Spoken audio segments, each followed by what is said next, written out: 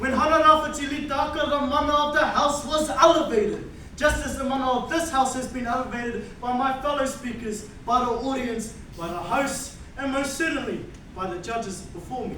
Pasani, yet on May 14, 2025, the most privileged Privileges Committee afforded themselves the privilege of removing the privileges of my Auntie Debbie, of Rauri Waititi, and of Hanarafati for acting in a manner that could have the effect of intimidating a member of the House. On the other hand, when Collins, I'm talking about Cherry, not Judith, would perform the haka for the All Blacks, it was seen as a national heirloom, a celebration of our national identity on the world stage. So when the news broke out about the longest suspension in the history of our country's government and the hopes of finding something to be proud of, I put the All Blacks on. And before they even got to the haka, the national anthem was sung in its typically unflattering fashion. In the bonds of love we meet, hear our voices, we entreat. Considering the circumstances, I had to stop and chuckle at this particular part of the national anthem.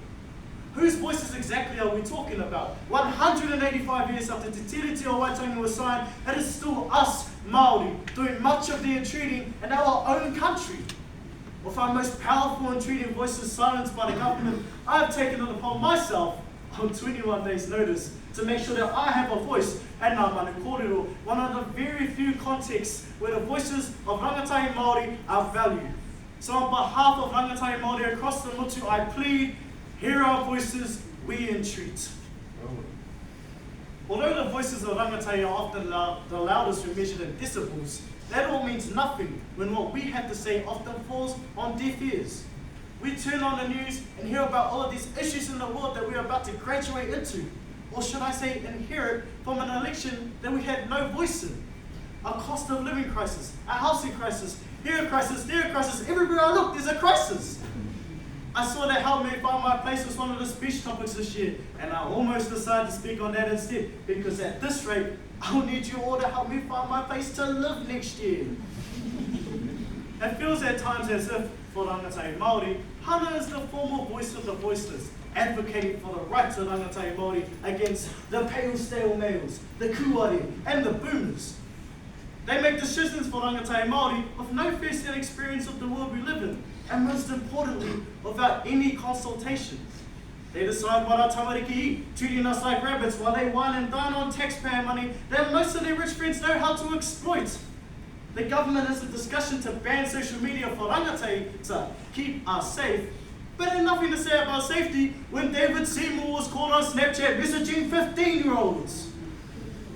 Most of those in government definitely have the deafest ears, but let's not believe that they're the only ones that need to book an appointment at Bay Audiology. I'll be bravely honest. Even sometimes back at home at the marae, aunties and uncles, I love you, but I think some of you could be diagnosed with selective hearing towards rangatahi voices. From the ages of about 5 to 12, our voices are heard loud and clear at the marae when it's time to do karakia kai. From about 12 onwards, we move on to our tea-towel apprenticeships in the kitchen.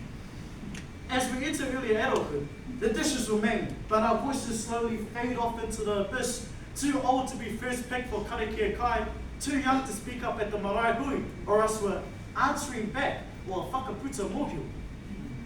It's not about wanting to challenge the mana of our elders, absolutely not. There are just so many ways that rangatahi can help that are always overlooked. Like auntie, you don't need to write down 7 verses of the motete on the table paper anymore when I could just Chromecast it. And when rangatahi put their hands up to karanga and Korero at the next kaupapa, it's not because they want to become the next kingpin at the marae, it's because they want to put to use the tools that we have the privilege of having because of the work that your generation put in for us. Speaking speaking of us Rangatai, we ourselves aren't free from blame. At times, we need to look in the mirror and ask, do we even listen to one another? Our coolers and uncles have cauliflower ear from their days on the Marae rugby team. Well, I think we might get cauliflower ear from wearing headphones all day. Our screen time rivals our sleep time, as if we are all flies, and the internet is the World Wide Web.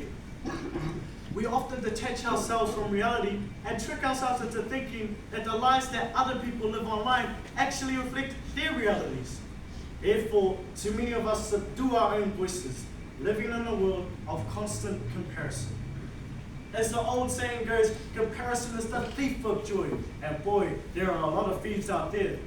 One of the greatest silences of Rangatai voices is tall poppy syndrome, the phenomenon in which people of genuine merit are resented, metaphorically cut down because of the achievements that distinguish them from their peers.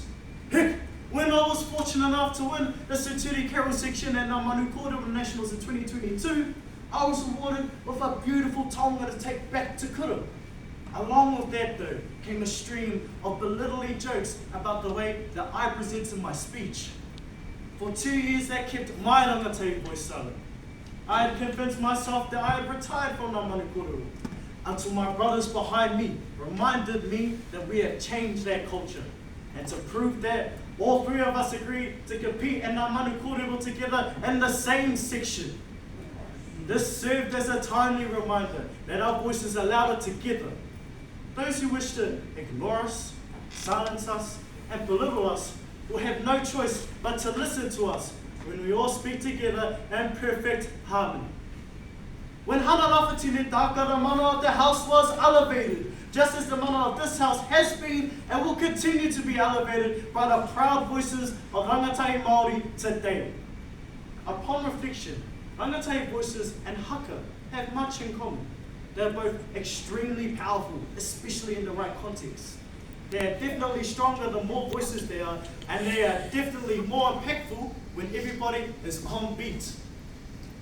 My closing question is this: when will everybody truly be ready to hear our Rangatai voices? Or will we continue to be suspended indefinitely? From the government to our whānau, friends, fellows, and even foes, hear our voices, we entreat.